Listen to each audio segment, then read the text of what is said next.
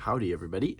So, finding the mentor in everybody, I think is what we're gonna call this one. I like coming up with these like during the video. That's kind of fun. Um, I have said for a long time that like I don't have many enemies. I don't think I have any enemies. But if I did, they would be my greatest teachers. I like that quote. I don't know where it came from. It wasn't me. I'm not I'm not a source of wisdom. I just read about it. Um, but yeah, my enemies can be my greatest teachers. I think people who directly oppose you or who don't like you, I think they can teach you a lot about what you want in life, what you don't want in life. They can point out some pretty obvious character flaws. They can also be super petty and not based on anything, but they can also point out character flaws. So you can kind of learn a lot from them. But I think it's really important to try and gain wisdom from everybody. And every single person has a subjective human experience from existing on this planet for however many years that they have existed. And like even my 3-year-old nephew, he like I don't know, you just see the way his brain works and the way he like figures things out. And you can learn a lot from them. He was like playing with this ball and he's like constantly picking it up and dropping it, picking it up and dropping it. And I was like, he's like testing gravity. Like he was like putting it on slants and putting it on tables, and he was just obsessed with it for like a week, and then he didn't touch it again forever. But like whatever.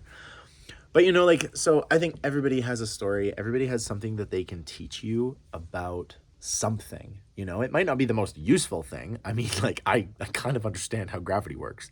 Like I don't need my nephew like explaining it to me by dropping a ball.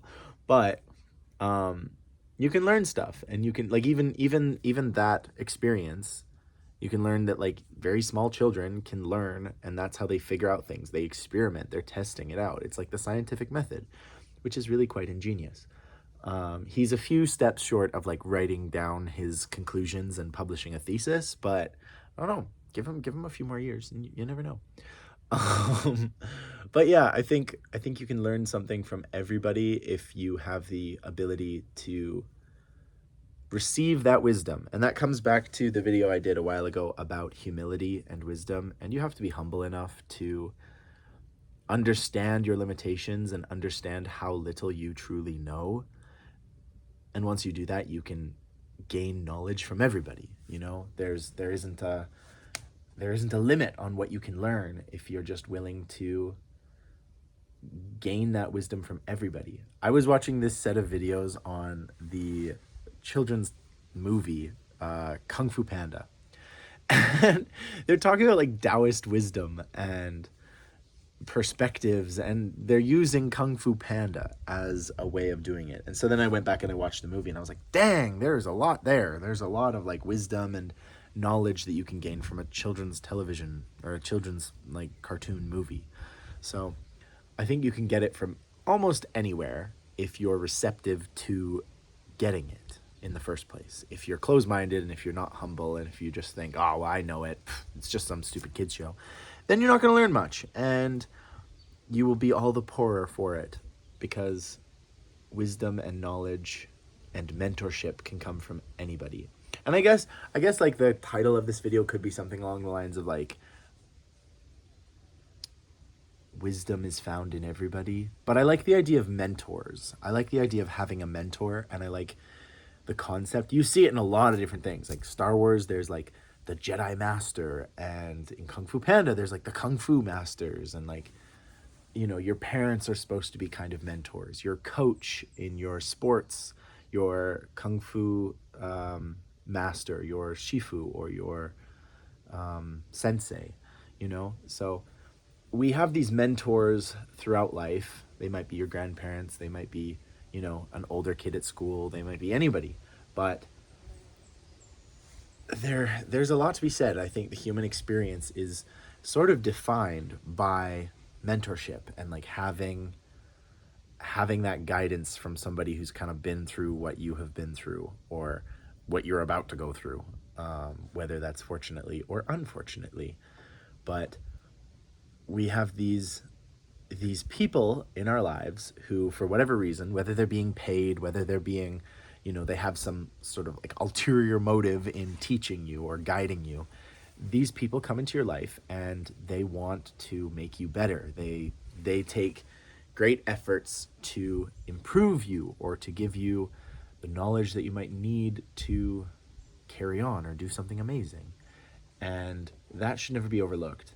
But I also think, having said all of that, I also think that your mentors, you can find the mentor in anybody. Like anybody you encounter, young, old, super buff gym guy or skinny marathon runner, there is a lot of wisdom innately in people.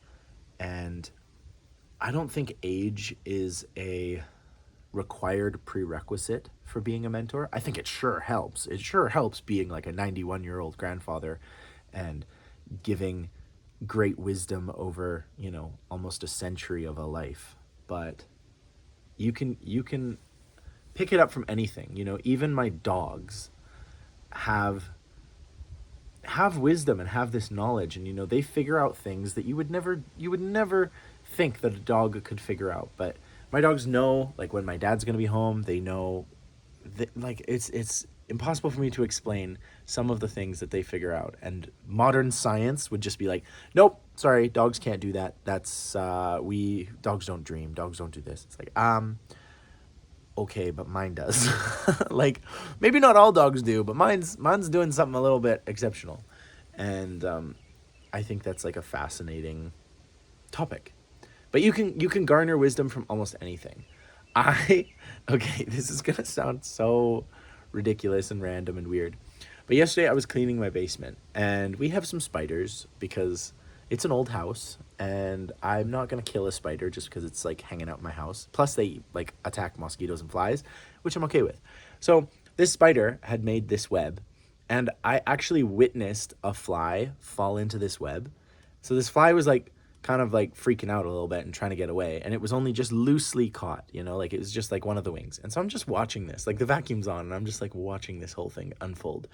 And there were actually two spiders in this web, and I don't know, like, I'm not a biologist, I don't understand spiders, but these two, I think, were either like a mating pair or like friends or something, because they were working together to get this fly. I kid you not. So this fly is like stuck in this web. And it might sound a little sadistic to like say that I was just watching it, but like I didn't want to interfere. When they do like nature programs, they don't like interfere with the animals that they're filming. That was kind of how I felt. I didn't want to interfere. Like, who am I to, come into these animals' lives and interfere like this? So I just watched. I just watched. I kind of felt bad, but like it's okay. So this fly was like trying to figure out how to get out, and these spiders were approaching this fly from different angles, trying to figure out like how to corral him. And every now and then the spider would like kind of go a little bit above where the fly was trapped, and then he would be like moving his hands or moving his, I sound so deranged, but it's fine. So this spider was like moving its legs, and I figured out that it had like tied part of the fly's legs, and then it was like tightening it, and so like the fly, like each leg was getting like this is sounding so dark, but I'm sorry. It was just so interesting. I was so interested. Nature is crazy. And so these spiders were figuring out how to, incapacitate this fly. And it was just like, it was the most intelligent thing I'd ever seen in my life. And I was just absolutely blown away. I'm going to stop talking about it because it's kind of making me feel bad. But like, guys, it's crazy. Wisdom is everywhere. I really truly believe that you can find wisdom in the trees, in the wind, in every animal, in every creature, big or small, in every human. There is an incredible amount of wisdom and guidance and knowledge and experience. And I mean, evolution itself is wisdom. I mean, it is trial and error, survival of the fittest. Trees grow the way they do to maximize the amount of sunlight they get. And, millions of years ago, there were probably things on this earth that did kind of what a tree does, but not as well as a tree. And so a tree is like this apex predator or this apex creature, and you can look at almost every animal. I mean, we're no exception. We are an animal of trial and error. We evolved, and there were many other hominids, like things that kind of looked like us. There were many of these things on this planet, and we beat them. We beat them, every single one of them. You know, we're the only ones left. There were like Neanderthals, and there were a whole bunch of like the Devonians and habilis, and there were a whole bunch of these like other proto-human kind of things. We beat them all. We bred with a few of them, but like we beat them still. Like they're not around anymore. We're the OG survivor.